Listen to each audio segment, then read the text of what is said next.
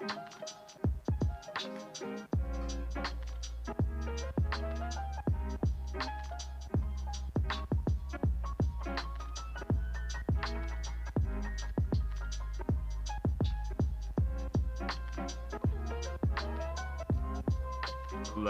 Hello? We live? How's it going, guys? Sorry, I think I missed the live. Welcome to our weekly live film reviews here at Wedding Film School. I'm Bobby, and I am joined today by Jay once again. Jay, we've got a fun show for everybody, huh? Yeah, we actually prepared a little.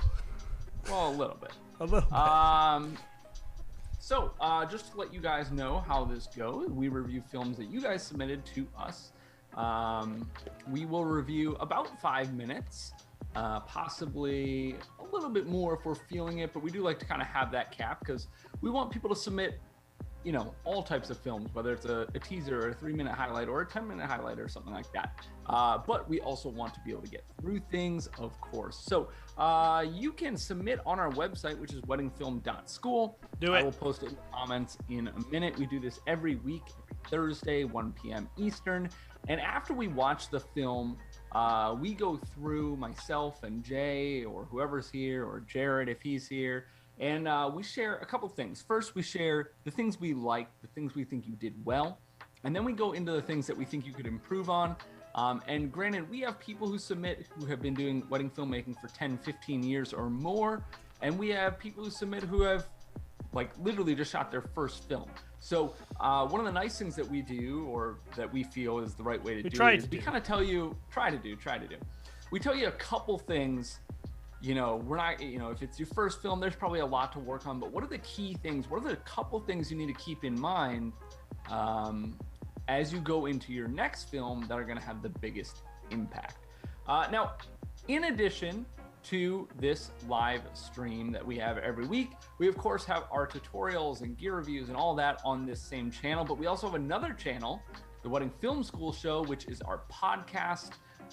So that comes out about every week, and we can dive into deeper topics on there. So go check that out. It's also available on every audio podcast streaming platform. Everyone ever. As well. Every single one that was ever made in existence. By anyone. With that said, what's new with you, Jay? We both had some long weekends. I don't know about you guys in chat, but yeah, I mean, we were talking about that earlier.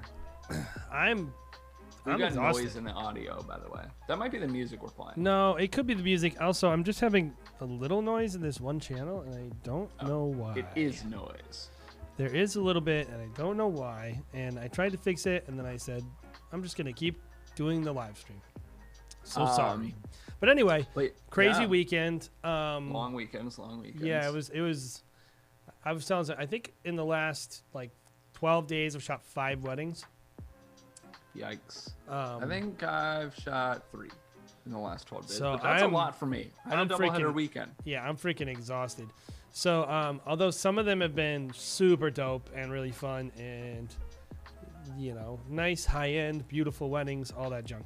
So, you know, I mean, it's wedding filmmaking, right? Like, especially in America, if you're out of America and, you know, especially in the Northeast, like from August to October is like 70% of the volume for the entire year. Because it's like when the weather's perfect. That's how it is for me too. Yeah, so we're in the thick of it, grinding our brains to a pulp, shooting, editing weddings. But we're here. We're here every today week for you guys. For you. So let's rock and roll. So who is our first filmmaker today, Bobby? First film comes from Brent I can't read this. Verwimmeren. And sorry we messed your name up. We apologize. Yeah, that's just an automatic. This is Peak and Valley Media. By the way, if you're watching, if you guys don't mind dropping a like on the video, it helps us a lot. So drop a like. So Peak and Valley Media doesn't have a website yet. So I'm guessing this is maybe an earlier, you know, whatever you call it. film. Let's see. Shot on GX85 and a Canon M50, so mixing, which is not automatically bad, but that can always present some issues. Focus on the Lumix was a struggle, and struggled in low light settings with no extra lighting. Husband-wife duo in Manitoba. First time that my wife has ever picked up a camera. Last time I edited at this level was 14 years ago. So it does seem like a first go at wedding filmmaking. At least if it's not a first go, it's a first go after a long hiatus. Yeah. Our first paid client, also important. All the equipment we have was purchased secondhand. That doesn't really matter. I purchased plenty of stuff secondhand.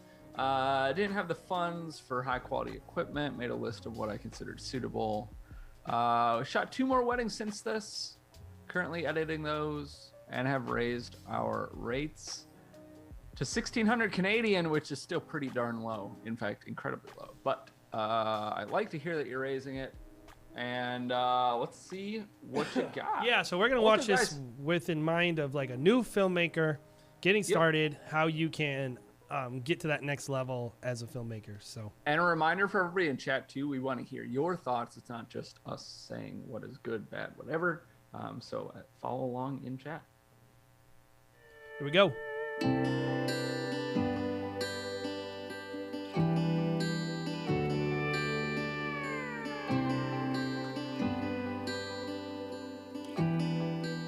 This place at beautiful Hawthorne Estates, we take ourselves out of the usual routines of daily living to witness a unique moment in the lives of Elise and Lauren.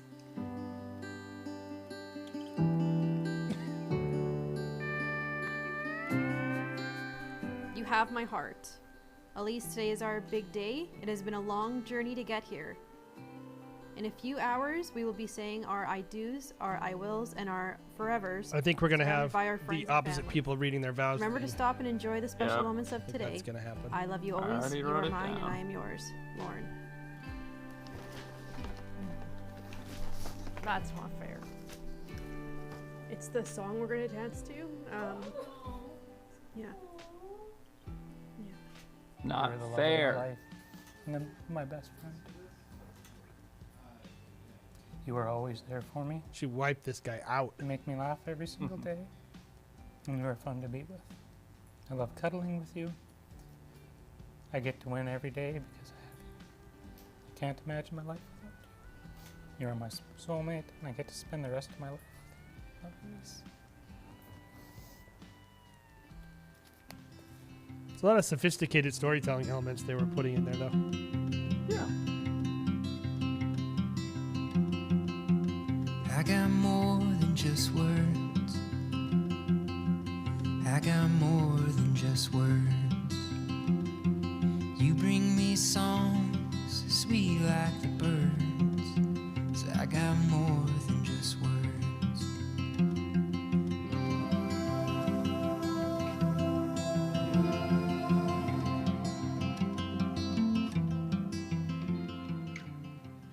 Elise Victoria McMillan. Nearly 6 years ago we met for the first time, and forever since have been on the same path, navigating life's journey together. You're it for me. I knew it long ago, and I know it now. Something about this country boy won over this city girl very quickly. Although I didn't let on, after only a few dates I knew you were one day going to become my wife. My hope for you is that it was well worth the wait. I never imagined my life with a farmer, but now it hurts to imagine my life without one particular farmer. You've opened my eyes to seeing the world differently and calmed my soul. I can't wait to travel around the world with you, to build a life together full of adventures, and to one day hopefully raise a family with you. I love you. Elise, you are mine, and I vow to be forever yours. The lights are so much brighter.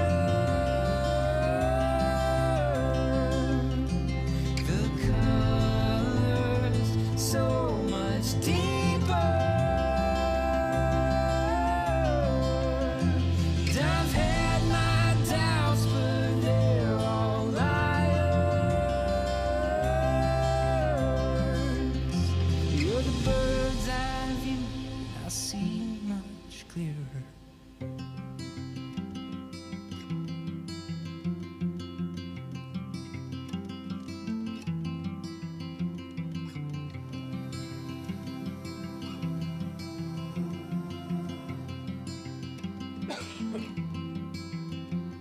Time for the coughing, guys. So, Bobby, what did you love? What did you like about that person's wonderful? Yeah, so I think things that I liked, and like you said, we're gonna take this very much from the standpoint of this is a first, basically, wedding. And by the way, with Brent is that- in the chat now, Bobby. Oh, perfect. Well, I think we have some good things for you. So, okay, I think with that in mind, it is shot pretty well. Like, if this is somebody who isn't really doing video work, and I know you said this the first time your wife has touched a camera, I don't know how much of her shots made it in. Of course, you know, we don't know that, but like, you got good, like, it doesn't look like it was your first wedding. Let's put it Yeah, I would that never way, look at this right? and go like, these people don't know what they're doing. Yeah, like visually, are there changes and things to be done different? Absolutely. But like, you got good coverage. It's, you know, I would say exposure, maybe some issues here and there, but like, you definitely know what you're doing, it seems like, even if maybe you don't know what you're doing. But so I think that was Fake like it till you really make it. solid. Yeah. And then I think like we've seen a lot worse at even further stages in a career. And then I think the editing itself is another, like, I know you said you kind of had experience in broadcast editing, but that was a very long time ago. But I think you can see that here. Like, you are piecing together a story. You are piecing together something that is a little more sophisticated than what I think most people's first edits would look like. You're bouncing around a bit. You're weaving audio. You know, I think you're utilizing the music pretty well. And so, yeah, I think those are things that typically come with a little more time. They're a little more like, you know, I don't know if they're like theoretical or like philosophical type things, but kind of like that, of like, how do you weave how do you tell a story, and how do you how do you utilize music well and stuff like that. So I think those are like the big things that I see, where especially again, like, I think it's hard to work outside of the framework of, oh, this is one of your first weddings. And so I think with that in mind, Yeah, I think those are the things that really stand out to me because of that. I think there's, like you said, there's a lot of things that they definitely can work on. But I think in terms of, you know, primarily what our job is, wedding filmmakers, is to connect with our couple's story, right? Yep. And like communicate who they are and make them feel connected to their own film, you know? And I felt like you did an excellent job of that. Like little things like, we'll talk something how to improve the letter readings, but when you're doing the letter reading and then like you show the line as they say the line, that's just a little thing that I think just drives the story home even more. And I felt like throughout the film, like you were doing that consistently, you know, and it wasn't super long either. So I felt like you, because it was 3.5 minutes, you kind of were able to really focus on good content over it. Like the story felt like it was moving forward. It didn't really drag, which I thought was That's a good observation. I think that's something that people really get stuck on, especially early in their wedding experience. Yeah. They're like, oh, I got to give them every single thing, and like, you probably didn't do that. So. No, I felt like it was like very well paced for what Yeah. it was. So I think there's a lot to like, and of course the shooting was there's a lot I think they can improve on, but in the middle of the things that I think weren't so good, there's some things that were good. So I mean, I think the shooting, I would not say that they're weak shooters. I think they're just going to get better. And I think because they have the storytelling chops, and even like, this is a type of film for a type of couple. There's a lot of these types of people, and you can make a good living with this type of film. Yep. What Yeah, I think about that's good. areas to That's a improve, good way to Bobby? put it. So I guess a couple things. I didn't love the transition to like a random title screen that was letterboxed and then back to full screen. I just think that's a weird choice, but that's a small thing. This one? Do you want me to talk about what was that? This thing? Yeah, right there. Do you want me to talk about the letter reading or vowel reading? Or Sure. letter Yeah, reading? yeah, go for it. Okay. So one of the things that we talk about here, and people who have watched this consistently have probably heard this, we're big proponents of having them read the letters that they wrote. So as a viewer, I think it's confusing to hear, we hear her voice saying, Elise, XYZ, I can't wait to be your husband or whatever, but it's in a female voice. And it works. I would rather have that than nothing. But I think this is a great thing that's just an easy fix going forward, where you can facilitate that exchange and you can have them read, for audio purposes, the letter that they wrote. How do you pull that one off, Barbie? Voice. Yeah, so this is prepared with me in advance. I know if they're reading letters to each other most of the time. Every now and then they kind of spring it on me. But I have like a questionnaire that goes out ahead of the wedding and stuff like that. So I'm always asking that. And then I explain to them, hey, here's why it's going to sound better to do it this way.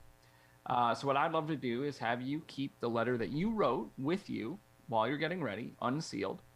We're going to find a minute. We're going to pop off into, a quiet space, and I'm going to have you read that just for audio, and then we'll seal it up. We'll facilitate the exchange, later in prep or before the first look or whenever you want. I don't really care.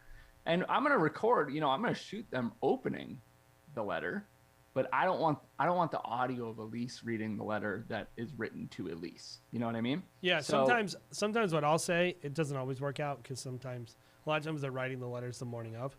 But in the consult, when I talk through, hey, is this something you're interested in doing? I will always let the person know, hey, this is the best way to do it. And I'll do it any way you want, but the best way to do it is this. And then I'll usually recommend to say, hey, I encourage you, just have a picture of it. Bring a copy of your letter, because I know sometimes the schedule is a little bit of a hassle and they want to.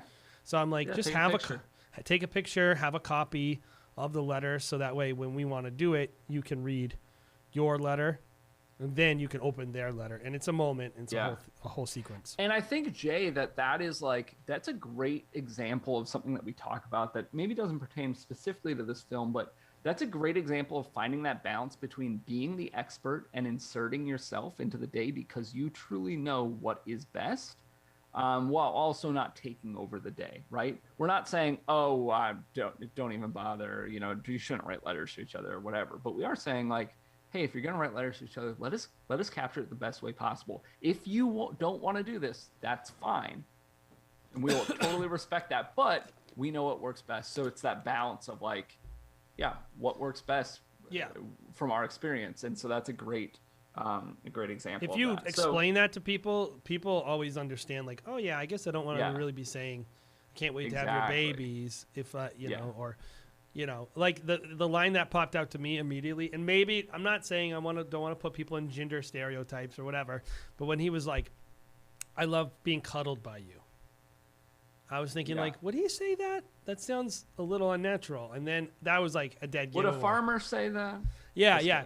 So, anybody can say that, but yes. That's all I was saying. And so I think that was one thing. So you mentioned that. So anything else you think they could improve on? Yeah, the other thing that really stood out to me, and I think that this will be a good improvement for you moving forward. I know you've shot a couple more since this, and maybe you've changed, but you mentioned that you have gear limitations, and I think that's totally okay. We all start somewhere, and a budget is a budget. And I don't think you should go into thousands of dollars of debt or anything like that personally, although I know people who do that and are successful too.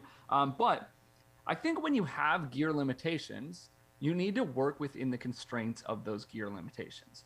I don't think there's anything wrong with a little bit of like shake, a little bit of handheld. I love that. But there's a lot of shots where you're trying to emulate something on a gimbal and you are not on a gimbal. Or if you are, it is not set up or being used well. So I think there are some shots that I think worked okay, but there's a lot where I think you're trying to do too much with what you have, and you need to be realistic about where those limitations are, because I think you would be way better off having a well-composed, well-framed, in-focus shot, especially given that you're having focus issues. Moving all around is maybe not the best move. My guess would be, during ceremonies, you need to have if you have it on autofocus, you need to have that off on any unmanned camera, anything, really any camera on a tripod. I turn off autofocus. Like I'll use autofocus to maybe set my focus, but I turn it off. Yeah, and then turn it off. Because you just don't want to have it, hunting without you knowing. Nonstop. Yeah. That being said, I noticed a fair amount of like different overexposed shots. So watch that.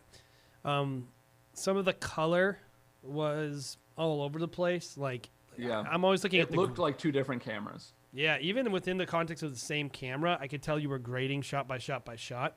And I would just say when you're doing that, watch your greens, especially. There's so much green in most environments, like the green trees, the green grass. Like if any green shift throughout is going to be a dead giveaway.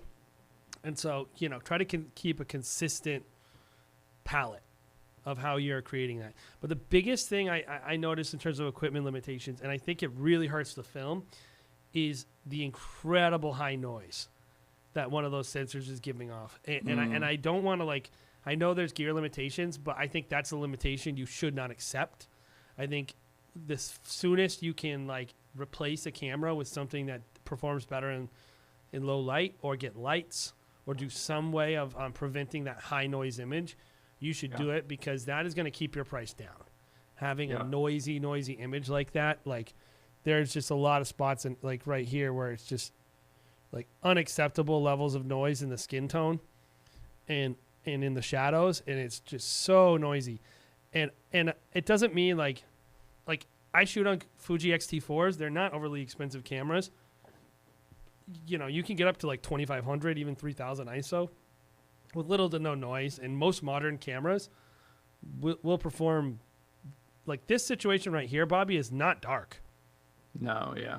I don't know why there's noise in this image. Yeah, that's not something where it's hey, if you can bring a light and you have the ability to be mobile and you have an assistant, awesome. But realistically, you probably can't or won't. So anyway, but it should still be doable. Sorry for the coughing, guys. So I hope that helps, Brent. Thank you so much for submitting. We always love, specifically, Jay, when somebody submits one of their first films. We think that's, A, takes a lot of guts, and B, is always interesting for us because I think we can be really helpful. And then many times we get to see, we encourage you to continue to submit. And I feel I want to mention one more thing, Bobby. I apologize. Yeah. Because this image is showing me. This is a very easy thing you can do. Throughout this, you have a lot of crap in the background. In the cars. Guys getting ready, there's these cars, guys getting ready, there's trash all over the table. And I'm just trained to, my eyes immediately go to whatever crap is in the background. When you're shooting, I know every place we shoot isn't super luxurious, and that's okay. Try to do your very best to hide these common / trashy looking elements that don't look really nice. You want everything to be idealized and almost you can see it coming up here. There's this really beautiful moment of him, barely getting through this letter. And then all I can look at is these water bottles. The image starts in focus on the water bottles. Gotcha. Yeah. And I think that, again, is look, be the expert. Walk in there, say, hey, we're going to get you ready. Also, for the record, while I think this shot on my end, I don't know, whatever, looks fine. I mean, the water bottles is an issue, but you have him turned away from the window too. Be the expert. Use that light. Clean up that background. That is 100% in your wheelhouse. Yeah, put them where. Buddy said, "What are you eating, Bobby?" I am eating oatmeal. My last couple bites of my breakfast that I'd never finished. So anyway, great film, really good job, Brent. Keep it up. Go Brent. Go Brent.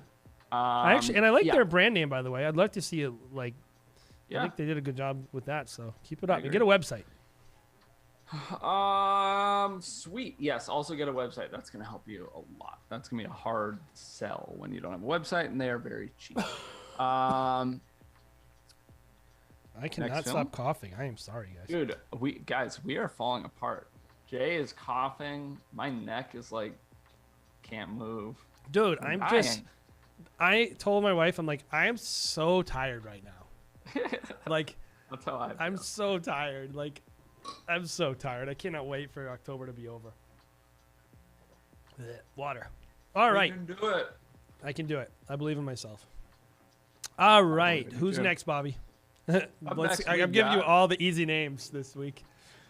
You're killing me here. Pedro Gaimota. I feel more confident about that one. I'm not gonna lie.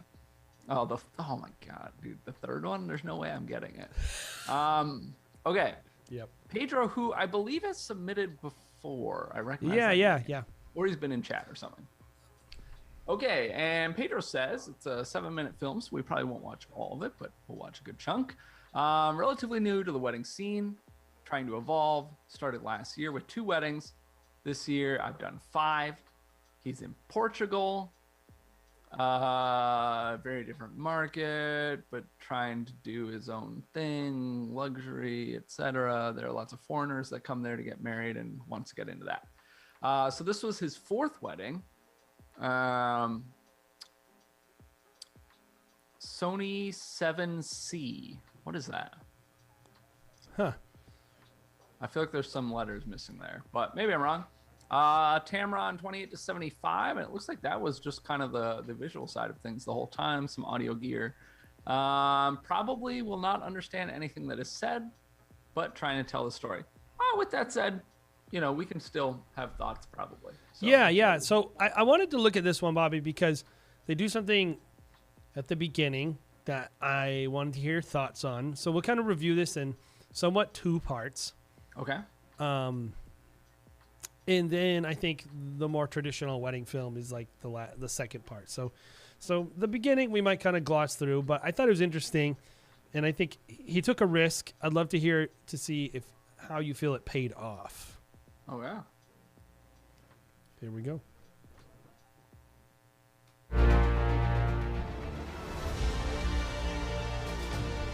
Please send it to me. I can't see it. 1 second, guys. I'm going to restart Wait, this. didn't we watch this? I don't think so. Did I put the wrong one on? Like an idiot. Yeah, we watched this. I'm pretty sure. Oh, I did. Okay. We'll do the third one. We'll do the third one. Pedro, Yeah. we will work on trying to get your film. I'll fix it. I made a mistake. My fault. I just renamed Was this it. his last one? No, I don't think so. Oh, okay. Okay. This next one we're going All to do. right. So the next one, I'm sorry, guys. My fault. and then we'll come back to Pedro, is a name that I have no chance of pronouncing. I'm going to say it's Mindaugas de Gudis. You got to just go for it, and it's just confidence is key. You know what I mean? I think so. And it's like, they don't know if it's right. You could sound like really confident. Yeah, everybody. It is Mindaugas. So, yeah, Just- clearly oh my is. gosh, I'm getting a phone call. My ears No. destroyed by my computer. This is the Sony A7 III Samyang 35, which is the same as what Bauer and Rokinon. They're all like the same, something like that. So 28 to 70 Sony, Sony 85, and a drone. That's all the info we have. It's a 10-minute video. And this one's going to be interesting because I didn't watch it yet. I prefer not to watch them. But we did kind of discuss this one in advance, Jay.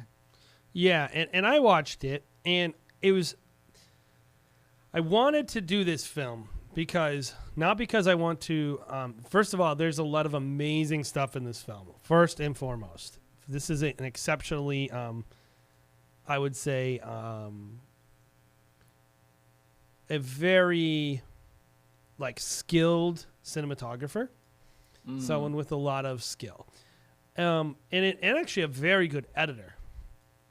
And so I wanted to do something because I remember watching the film and I was like, why don't I I'm going to tell you up front, I didn't love it. I didn't love the film, and I was trying to figure out what don't I love about this film. Why don't I love a film that is so well shot and so well done? And so I wanted to do something, and we'll do it in 3 parts because he really kind of edited this in 3 parts. So it's like an intro, there's like a middle section with the ceremony and all that stuff, and then there's an outro with the reception. And I think I wanted to do this one first of all because I think I want to benefit the filmmaker. And I want them to have, and they can take it or leave it. This person's clearly they're skilled. So if they're making tons of money and people love their films, then you can tell me to go pound rocks. I don't I'm not But saying with I'm that said, my we opinion. might have things to share. We might Yeah. have some quality thoughts. This So is just we're my gonna do it. opinion. But I think you guys are gonna love the visuals, and so there's some enjoyable parts to it as well. So It's only Jay's opinion. It's not my opinion at all. I don't get to share any thoughts on this one. well, we'll see what your opinion is, to be honest, Nah, I'm just because kidding. you might totally disagree with me. I mean, this quite literally is only my opinion right now. That's true. That's true. Like, you might be like, no, I thought it was perfect and amazing and great in every way. So here we go. Like, Jay, you can never do this kind of work. I don't know if I could. Get out of here. I'm gonna hit you right off the bat. That is not the studio name that is listed.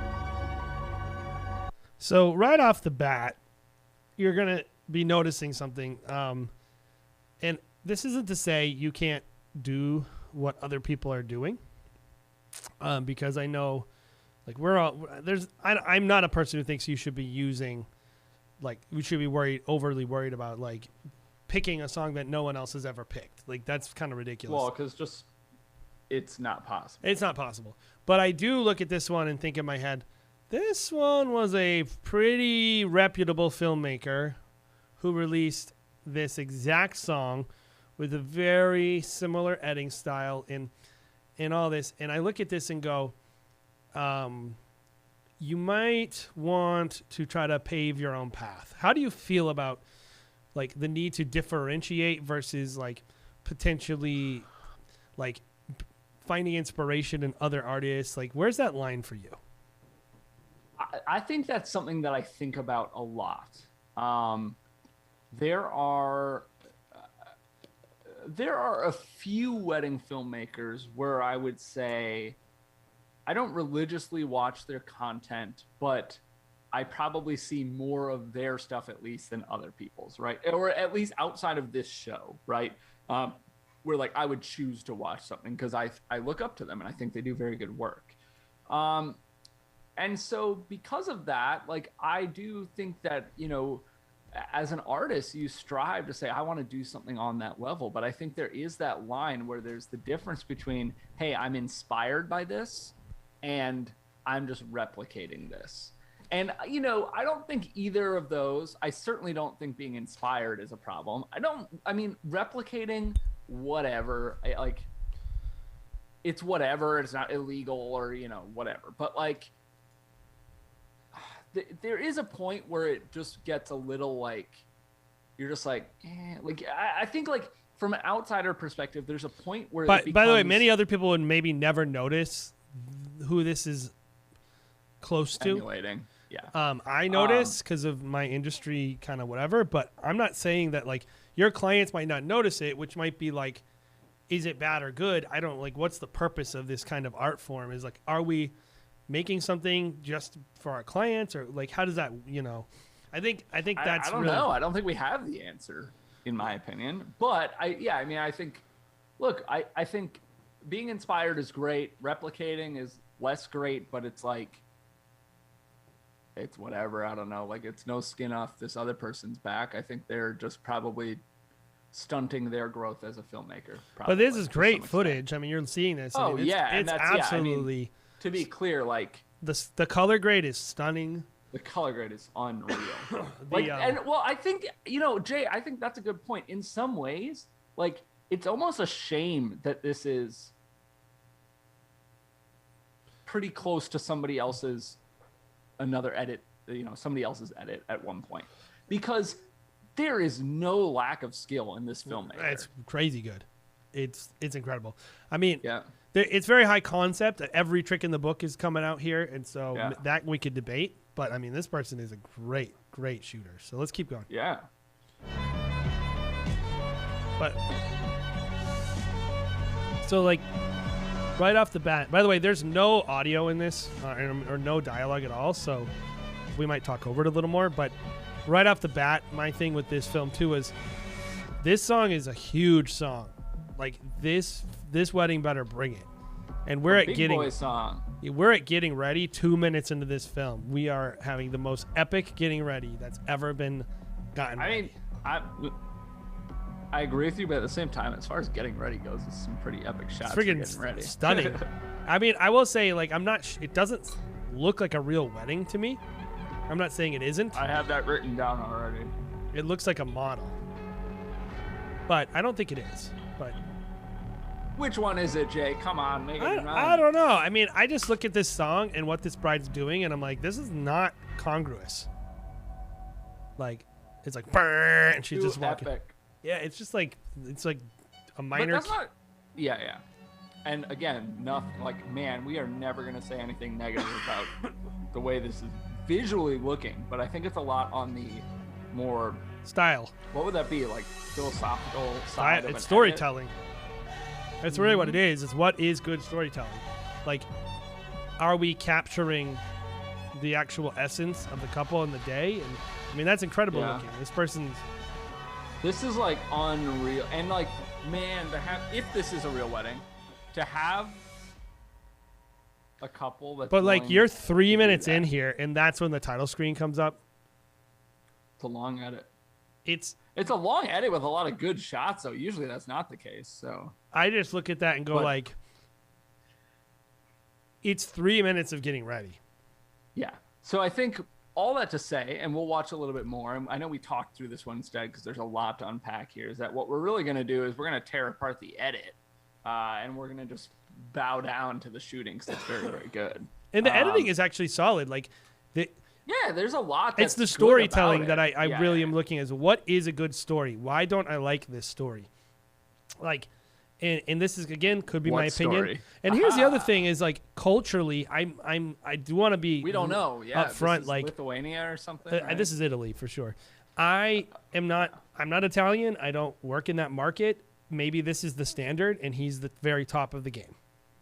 Yeah. So we can only There's judge. a lot of grains of salt with what we're saying because we don't know every industry, every market, every whatever. It's interesting because they kind of made like a documentary edit, like, but with no documentary content.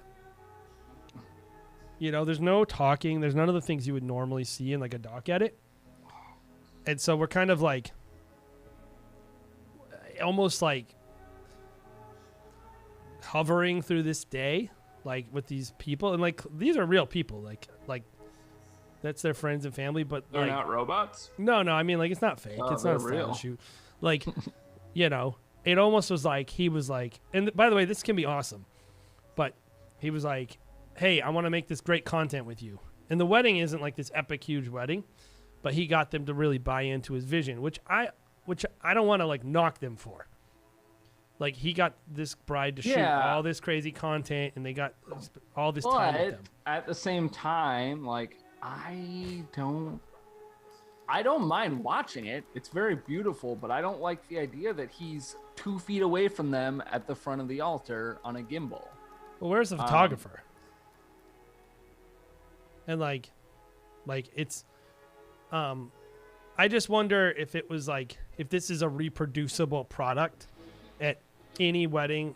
So like Well, an edit, probably not, unless you just say, hey, if you want something like this, you have to do XYZ, which is basically give me full control throughout the entire day. I do what I want. And well, there's so many. unrealistic. I wonder how many shooters are here too. I have no idea. Like, this is beautiful looking. It's so beautiful. Like, but then again, we're still like 3 minutes. The pacing is just brutally slow too. Like, you know, Of this part, I didn't mind the pacing so much at the beginning, even though I it was did. all prep footage. it was 3 minutes long. It was, I mean, it was long. the but film's over. It wasn't as. Oh, did my camera go out? No, I'll be right back, guys. We'll keep going. So,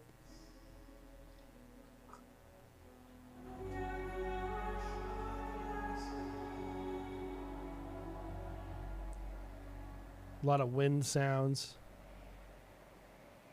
Like sound effects that don't go is one of my pet peeves. There's a little wind going. I guess it's not totally doesn't go. Beautiful. Man.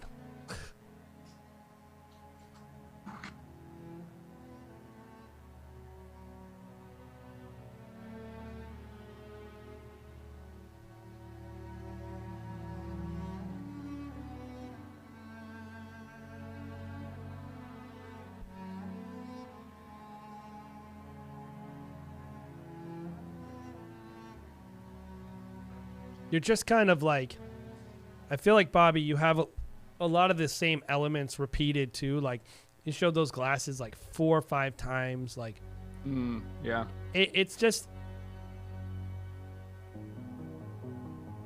Buddy, this was shot on an A7 III Sony. Yep. Beautiful. No time to waste. Which is crazy, man. I can't get my A7 III footage to look like this. I think coming up is when you're going to see my biggest critique of this film and the biggest critique of how he chose to portray this couple and really the edit. Your biggest critique of it? Yeah, you're going to see in this reception. This is like a perfume ad.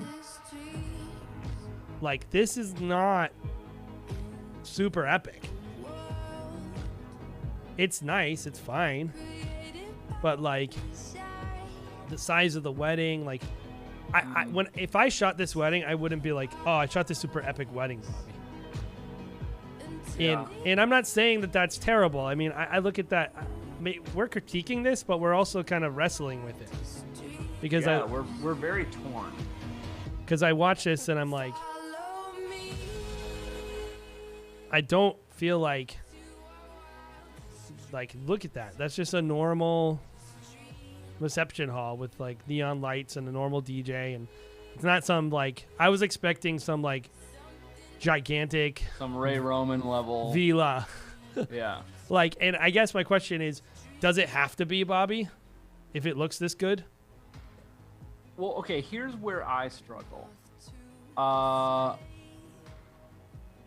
I think yes and no. I think when you have either taken or the couple has given you this complete control over the day, apparently,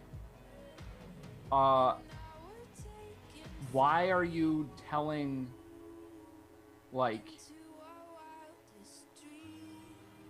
look at the amount of portrait sessions he has with this couple. Yeah, like, you've taken away the I'm going to tell the story of your day, and you've turned it into I'm going to tell the story I want to tell. So if that's what you're doing, why are you then including some of this random stuff that like isn't epic and is part of their day? Like, kind of pick a lane there where it's like, don't show the table with the cupcakes on it. Why is that in there? You're making this like borderline commercial ad for this wedding that's visually just so stunning, and you've clearly opted of like, I have this couple on board to do whatever, which I applaud. Like, that's so awesome to have. And even if but like right there, like that shot, he walks up to her and kisses her. What? Why? It's clearly fake. Like, it's not natural at all. Like, and there's so much, and it's like if there's 1 or 2 of those in there, I think I look at it is I can only suspend disbelief like 3 or 4 times a wedding film. Yeah, I think that's like, a good way to put it. It's like, I know that there's posing and all that stuff, but when like there's more fake stuff in this film than real stuff. And yeah, well, I mean, it's not. I hesitate to use the word fake, but like, yeah, I mean, I see what you're saying with that. I would say staged, like overly staged, overtly staged, so clearly staged. Where you're losing any emotion out of it. And like, I get it. We all tell couples like, oh, you know, go give her a kiss, hold hands, go for a walk, hey, nuzzle into him, whatever. Like, we do posing, right? But like, but yeah, maybe with that that statement out there, then I think you can use. So this is what I'll tell you. Since you like Sculpting with Time, clearly they've inspired the work. I would tell you to go watch their work a little more critically. Because if you watch Sculpting with Time, they do this very, Alex and Whitney do this very beautiful cinematography, I mean, this is just gorgeous. Like what you're doing is top of the line. Yep. But I would say they also find a way to draw you into the day, into the place, and into the couple. Into the couple. And Like this couple, I think the problem is, granted, the couple's beautiful and you want them to be a beautiful couple for this epic thing, but like I made the joke like, oh, they're real people, not robots. Like they could literally have, if we had the technology, these could literally be robots because there's no attachment to the couple, no attachment to their story. You do not care about who these people So are. while we have this beautiful B-roll playing in the background, let's have this conversation because I wanted to have this talk, and then we'll watch our last film. But really, what do people talk about storytelling and wedding filmmaking all the time, Bobby? Yeah. And I often cringe a little because it typically only means lots of audio. I guess what is a good story in wedding filmmaking? Like how do you really do something that is actually more like you're not even as a storyteller, you're not even the one telling the story really. What is good storytelling in wedding filmmaking to you, Bobby? That's a deep question. I think deeply about weddings. Put me on the spot. Yeah, I don't know. I think it's like it can be through audio. Audio can help, but it's Yeah, not of course. automatically through audio.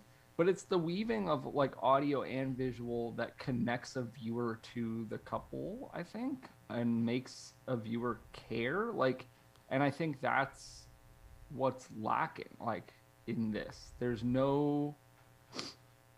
Yeah, like I don't care about this couple. I'm not invested in their story or anything like that because it doesn't exist. And so, I don't know. You know, I think storytelling in general, you know, has like certain concepts and that are universal. And I Yeah. think like tension is a big part of it, right? And like this storyteller does a good job using, you know, visual tension.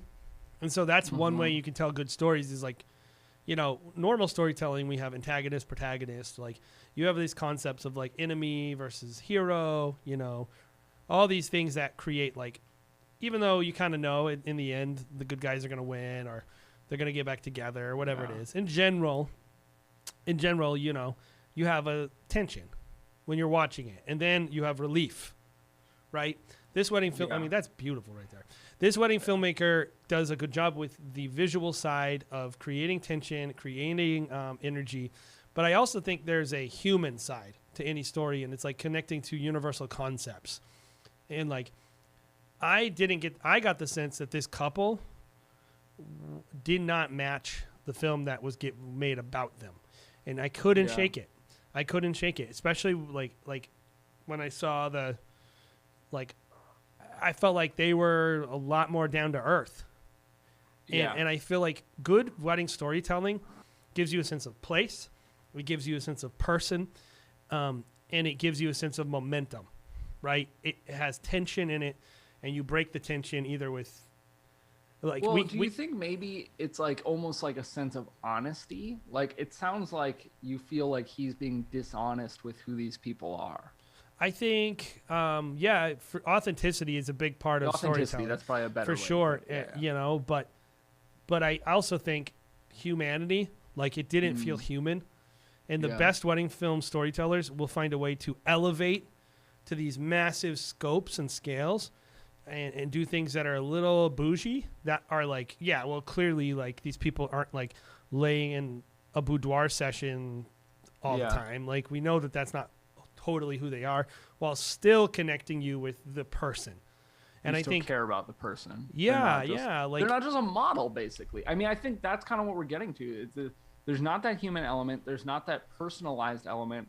Like maybe this is a real wedding, and I think we've landed on it is a real wedding, a very staged real wedding.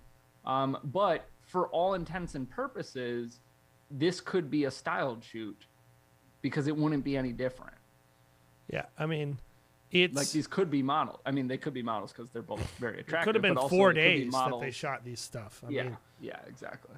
the amount of times this guy creeps up behind her and taps her and then kisses her, it's like, I just think good wedding storytelling. Like this is what I'll say. This is a significantly more beautiful film. No offense to our first filmmaker, but that first film was a better story. Well, yeah. I mean, It was. it had a story. Yeah, like it was more like, and I'm not saying that this person couldn't sell their film for a lot of money. Like maybe a lot of people love this, that's the grain of salt I would take, is like my opinion of wedding filmmaking is certainly not definitive. And Yeah. other people might watch this and think this is exactly what I want. Some couples might exactly love it. But I think this brings to mind some of the most critical questions we ask ourselves as wedding filmmaking, which is like, what is a good story? You know, what is good wedding filmmaking? This is clearly, in most regards, very good wedding filmmaking, but it definitely leaves me hollow. And if you're watching this filmmaker, I want to, first of all, give you all the credit in the world. I think changing and elevating yourself by including the couples, even if it's in Italian and you say you want to appeal to an American audience, I think American audience would love to hear some Italian. They would think it was cool. So I think including more of the couple will help you elevate. Yeah. Like, and I also think decreasing, oh my goodness, decreasing the amount of stage content would help. Yeah. But also lean into that a little bit. Like, you are very good at what you do. Sure. Make sure you get some of that. But Yeah, there's definitely. I mean, if you can get couples to that is a huge skill. Getting couples to do what this person is able to get couples to do on camera, that is a huge skill. Like, I don't want to like sound like I'm ripping this person, because we're talking about like someone who's operating at the top of the game in a couple aspects. But just more of an interesting philosophical discussion about wedding filmmaking, Bobby, I wanted to have. So I got that next film ready to go, but Bobby, while we're doing that, why don't you tell people about the podcast?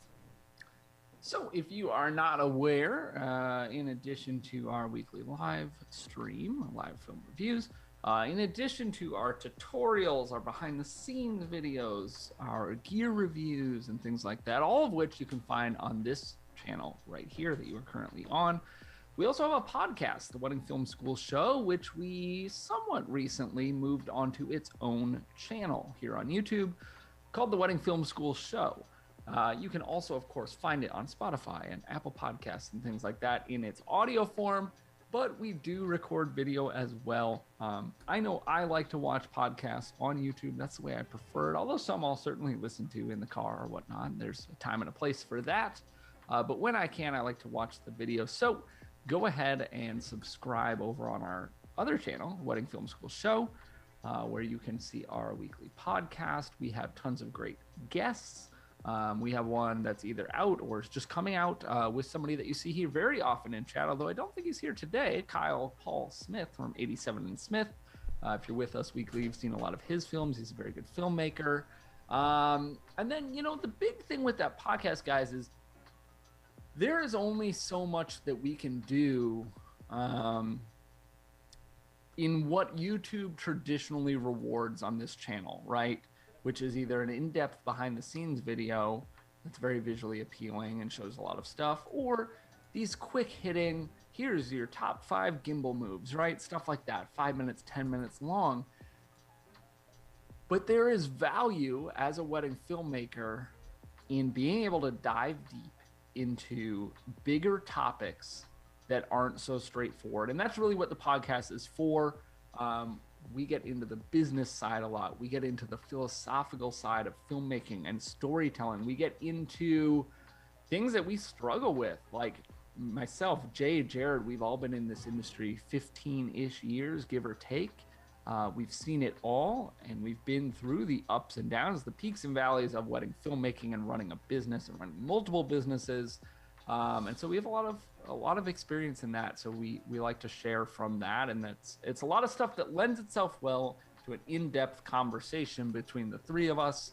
Our different, you know, we have very different business models, very different experiences. And we have guests too. This week we had Kyle, and Kyle was talking about I mentioned that. how he went from doing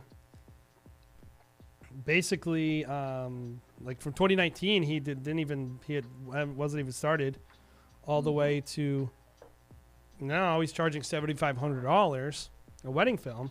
And I know for a lot of people they're new to the business. 3 years is pretty new, and they would love that trajectory. And so it's a really interesting conversation if you're interested in like how he got there. I'll tell you, he wasn't really in the industry for 3 years. He had other experiences before that, but you definitely check it out because we try to represent as much of the industry as possible. And I know like one of the things on this YouTube channel, especially before we got involved, it was a Craig Adams thing, and a lot of people are all about like, show me gimbal tricks, show me editing tricks. And like for us, like, yeah, we want to do that stuff too, but we know ultimately like your success and failure in the industry is ultimately about understanding way more than just can you operate a camera. Yep. So anyway, here's our next episode so let's just remind people who this filmmaker is, and then I'll play. So this is Pedro Gaimota, and this was Portugal, his 4th wedding, Sony A7C. That's what we've decided based on chat. Yep. Et cetera, et cetera. So here it is. So we're gonna look at the first 2 minutes of this film, maybe buzz around, because he does something different at the beginning, and then it's more of a traditional film, like I said. And by the way, this is, I believe, it all in Portuguese. Fui beber uma cerveja, estava fresquinha a estalar. Fui encontrar no café. As you're watching this, Bobby, I want you to think of how you would cover this differently or better with one camera. Aquela com quem quis casar. Aquela que eu quis. Okay, so he does that for a while.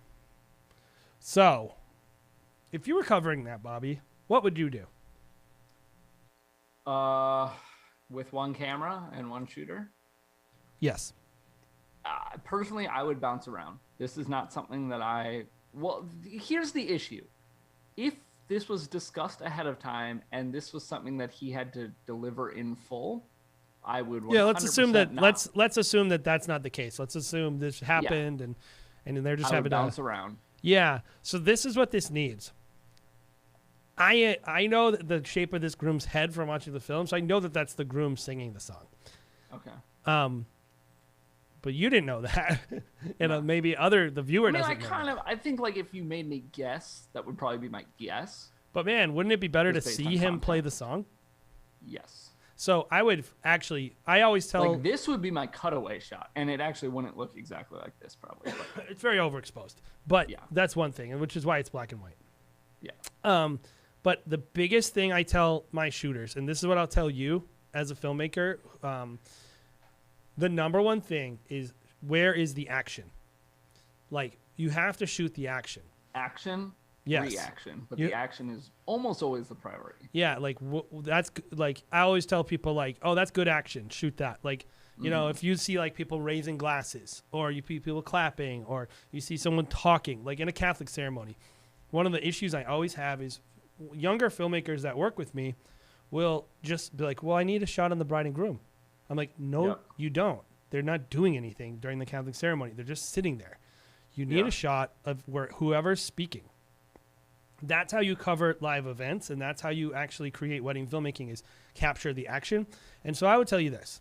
This is a good idea. I don't think it's a great idea to start this film with.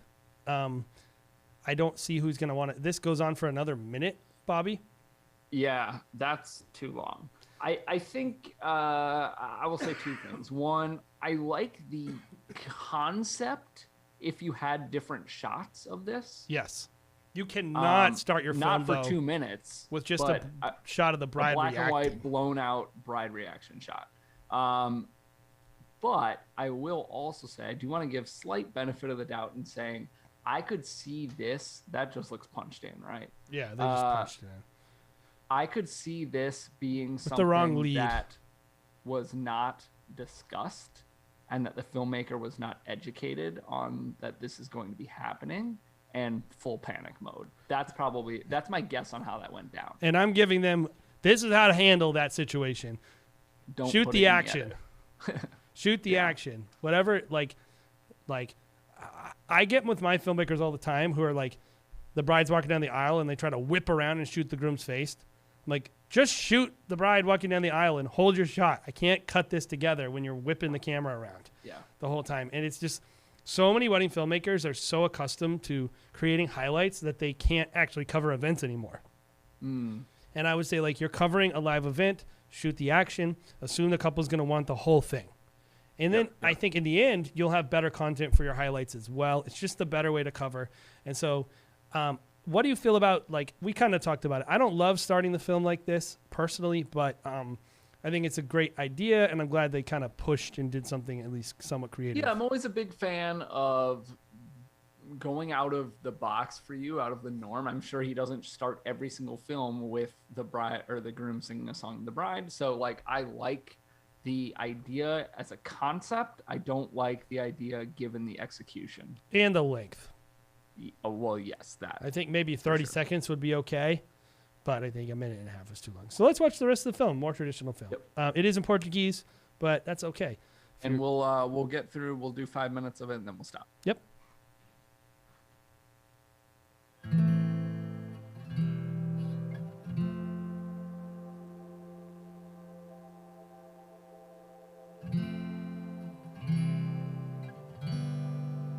Meu amor, chegou o grande dia, o dia que nós tanto sonhamos. O nosso dia, o dia mais desejado e planeado das nossas vidas.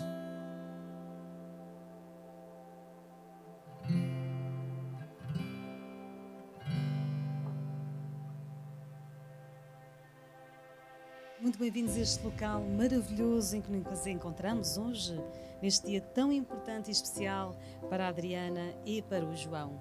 Vocês foram convidados para compartilhar este momento com este casal, porque são as pessoas mais importantes para eles. É uma honra para os noivos contarem com a vossa presença aqui hoje. Vocês são parte insubstituível do seu ontem, do seu hoje e de todos os seus amanhãs. Tudo começou num bonito dia de verão, há cerca de 8 anos. Na altura, a Adriana trabalhava num café da família, café esse que a dada altura passou a ser frequentado pela avó do João, que lhe disse várias vezes que ele tinha de ir lá àquele café, o chamado Cá Te Espero. Eu fiquei curioso porque a minha avó disse que trabalhava lá uma rapariga gira. Mas a minha avó também dizia isso algumas vezes, por isso mas fiquei curioso. Esse verão, basicamente o meu grupo de amigos passou o verão todo nesse café. Comecei pelos mais bêbados, disse, a mini ali é 50 cêntimos. Não, ela era mesmo muito simpática, era muito gira. E eu lembro-me que ela estava a arrumar as mesas da esplanada e estava a levantar um café e quando vai a passar por mim, entrou no café na blusa e a primeira coisa que eu lhe disse desde sempre foi essa nada eu não sei. E ele desce as escadas e começa a dizer, isso não vai sair do top, isso aí vai ficar manchado para sempre. Até que um dia combinam ir até à praia e nesse dia a conversa já foi mais longa e após algumas saídas surgiu o primeiro beijo no Jardim de Oeiras. Contei a minha vida toda, ele não falava. Se fomos à praia passear no Paradão, eu falei muito, ele falou pouco. Eu não sou envergonhado, mas no início com as pessoas eu sou muito envergonhado. Então ali que era uma situação de pressão para mim, não fiquei só calado, ela falou. Recordamos então com especial saudade Center your gimbal. a Senhora Maria de Fátima Galhano Delgadinho. A principal responsável por estarem aqui hoje, a vossa fada madrinha. It's just, I don't know. Lembrem-se sempre que esta é a vossa história e que todos os dias vocês estão a escrever capítulos que dela fazem parte. Que a vossa história seja sempre mais bonita das vossas vidas. Se hoje estamos aqui foi pela minha avó, porque senão eu não entrava naquele café há anos e aquele café sempre existiu. It's kind of a clunky audio transition. Yeah.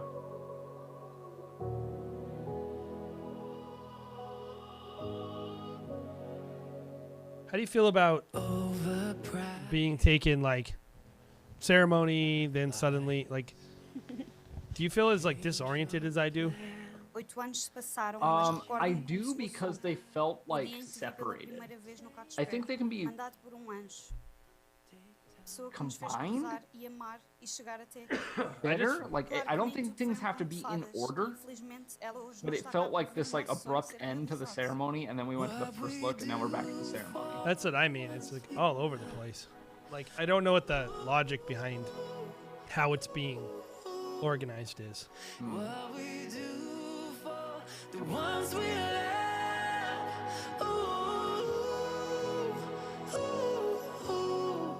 Às vezes entramos na rotina, na monotonia do dia a dia e esquecemos-nos do quão especial é I like a these pessoa people, que nos though. acompanha.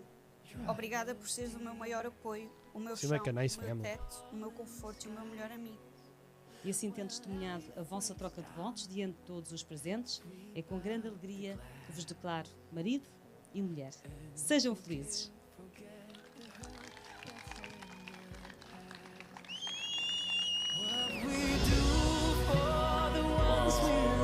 What am I looking at? I think you're looking at CGI.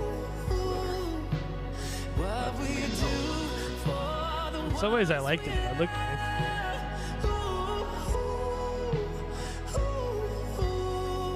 For the ones we love,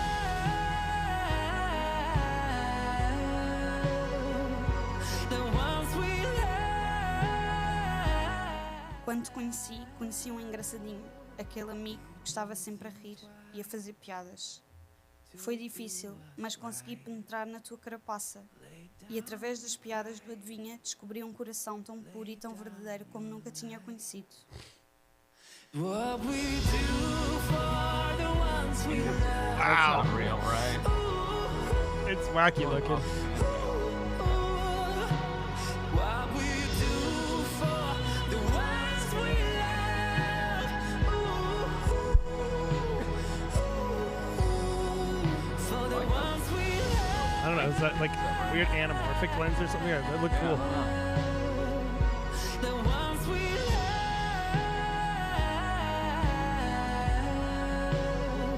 For the ones we love.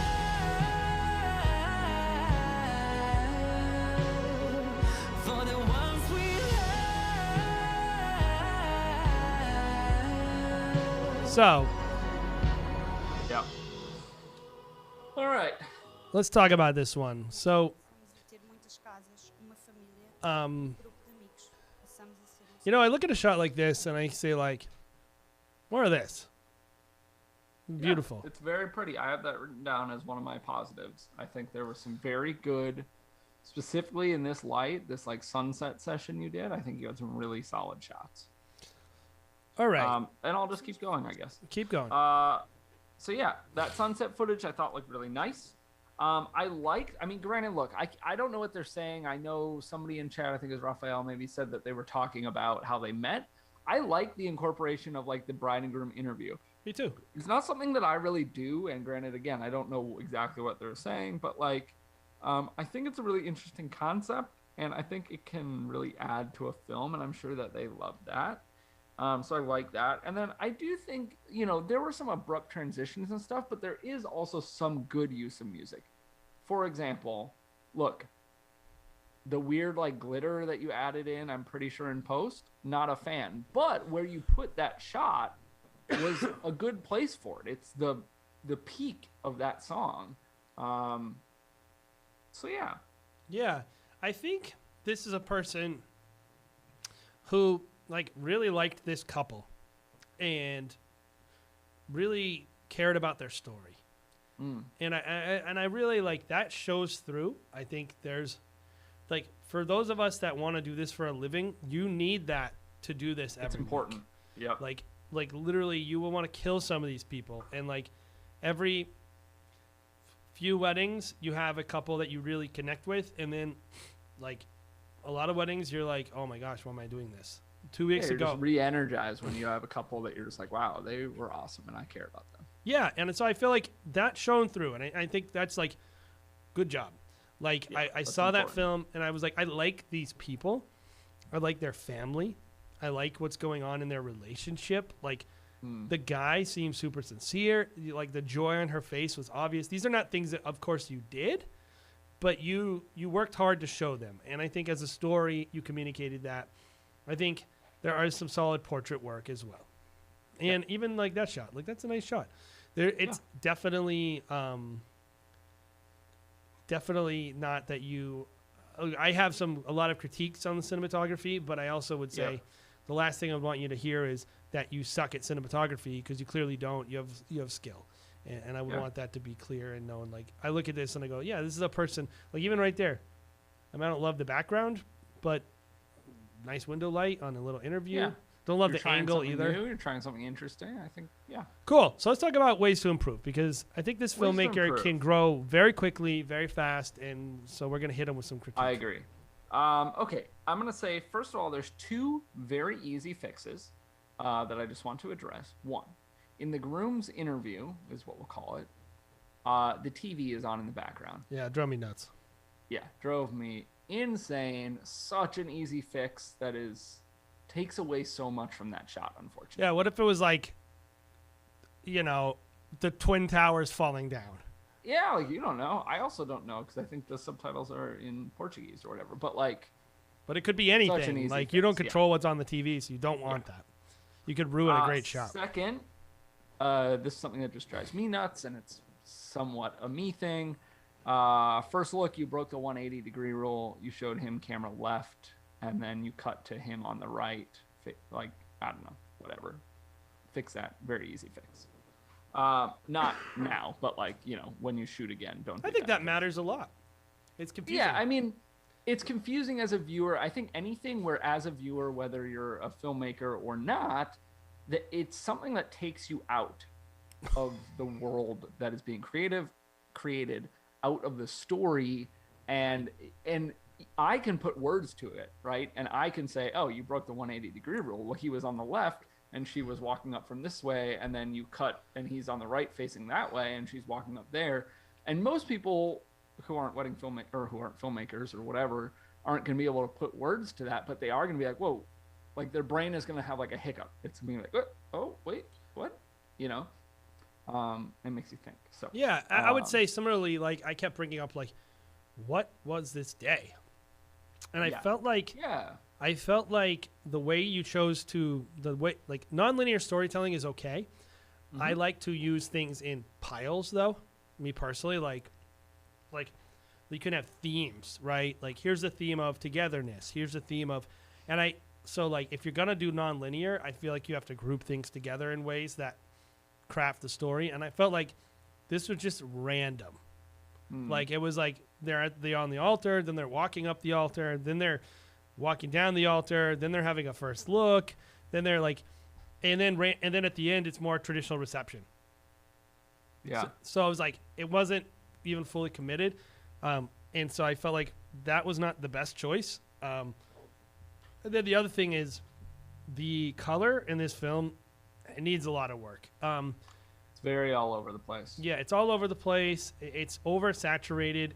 You also have, like, I actually thought the groom prep color was okay, and that's maybe what I would shoot for. And then like, for example, prep, I think is like, her prep is so blue.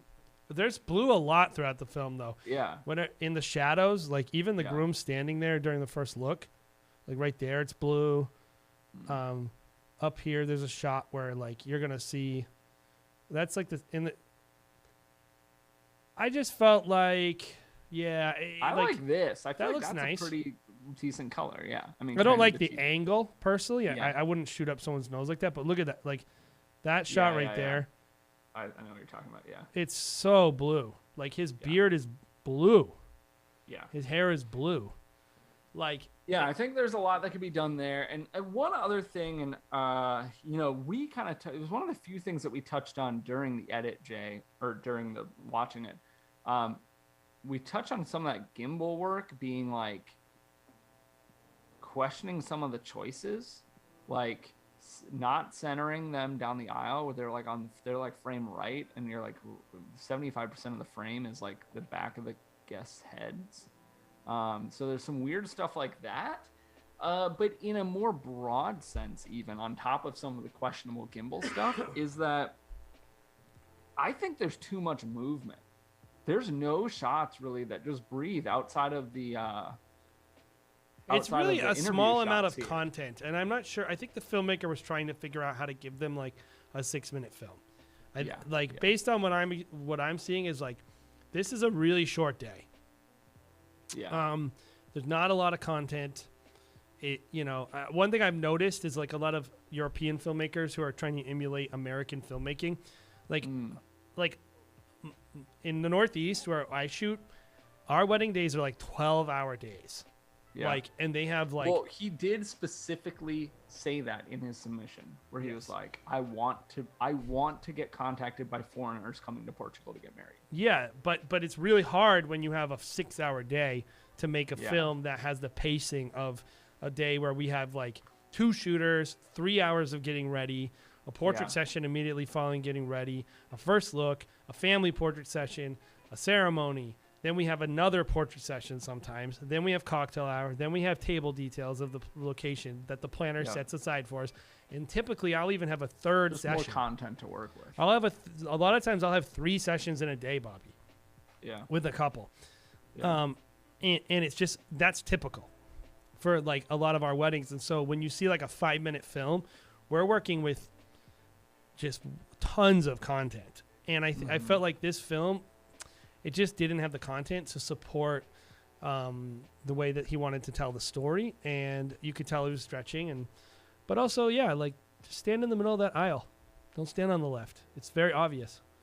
And I would even say get a longer focal length on your gimbal for that shot. It's too wide. Yeah.